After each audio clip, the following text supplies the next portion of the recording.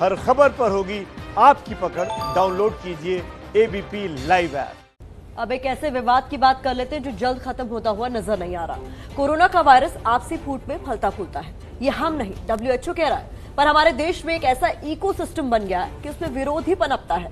देश का विरोध, सरकार का विरोध, हर चीज का विरोध। तो देखिए, इस विरोध को देखकर ना शर्म आती है। कई बार सिर जो है शर्म से झुक जाता है। ये विरोध आधारहीन है, तर्कहीन है, तथ्यहीन है और झूठ पर आधारित होता है।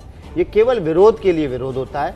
हम आज आपको दिल्ली के अल्पसंख्यक आयोग के अध्यक्ष जफरुल इस्लाम की एक कहानी सुनाने जा रहे हैं, जो उनके प्रमाणित फेसबुक ट्विटर पेज पर लिखी गई है। बाकायदा आप सोचिए, आप इतने बड़े पद पर हैं तो भी क्या फेक न्यूज फैला सकते हैं? एक प्रमाणित झूठी बात के आधार पर भारत को धमकी दी गई, सुधर जाओ वरना अरब मुल्क तुम्हें सुधार देंगे। रिपोर्ट देखिए। हमारी मांग है कि देश को गुमराह करने वालों को उनके पद से हटाकर गंभीर कार्रवाई हो और नजीर पेश हो।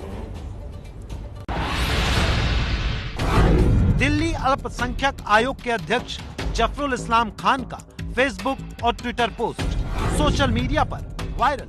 झूठे संदेश से हिंदुस्तान को बदनाम करने का एक झूठा चक्र बना।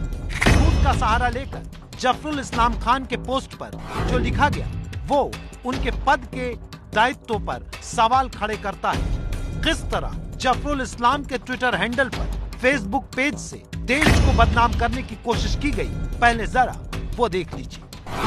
भारतीय मुस्लिमों के साथ खड़े होने के लिए धन्यवाद कुवैत। हिंदुत्व विचारधारा के लोग सोचते हैं कि कारोबारी हितों की वजह से अरब देश भारत के मुस्लिमों की सुरक्षा की चिंता नहीं करेंगे। वो भूल गए भारतीय मुस्लिमों का अरब और मुस्लिम देशों से कैसे रिश्ते हैं। जिस दिन मुसलमानों ने अरब देशों से अपने खिलाफ जुल्म की शिकायत कर दी, सैलाब आ जाएगा। पोस्ट पर 28 अप्रैल की तारीख लिखी है। एक नागरिक के तौर पर भी ये उम्मीद की जाती है कि दुनिया में आप देश की बेहतर छवि बनाएं, देश में झूठ और अफवाह को रोकने में मदद करें। लेकिन दिल्ली अल्पसंख्यक आयोग के अध्यक्ष पद पर बैठे जफरुल इस्लाम पोस्ट पर ठीक उसके उलट काम कर रहे हैं। इतना ही नहीं, कुवैत को धन्यवाद देने और दुनिया में देश की गलत छवि पेश करने के लिए जफरुल इस्लाम ने जिस पोस्ट को आधार के तौर पर चुना वो झूठे और फर्जी हैं।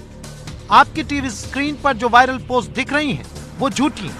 पिछले कई दिनों से सोशल मीडिया पर कुवैत के हवाले से भारत में मुस्लिमों के साथ अत्याचार के झूठे दावे को लेकर ऐसे ही भ्रामक पोस्ट लिखे जा रहे हैं। भारत की धार्मिक बदनामी की एक मुहिम चलाई जा रही है। dr.alshoreka नाम के ट्विटर हैंडल से लिखा गया कि कुवैत के मंत्रिपरिषद ने भारत में मुस्लिमों पर धार्मिक हमले की निंदा की है।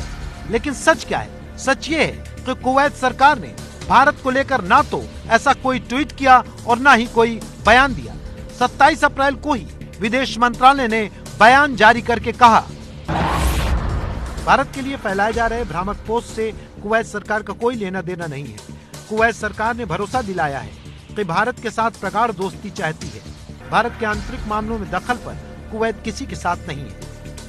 इतना ही नहीं, सोशल मीडिया पर इस बात की चर्चा भी आम थी कि कुवैत के शाही परिवार और सरकार के नाम पर झूठे पोस्ट किए जा रहे हैं। लेकिन जफरुल इस्लाम खान ने ना तो उन पर ध्यान दिया और न ही 27 अप्रैल को बताई गई विदेश मंत्रालय की बात पर।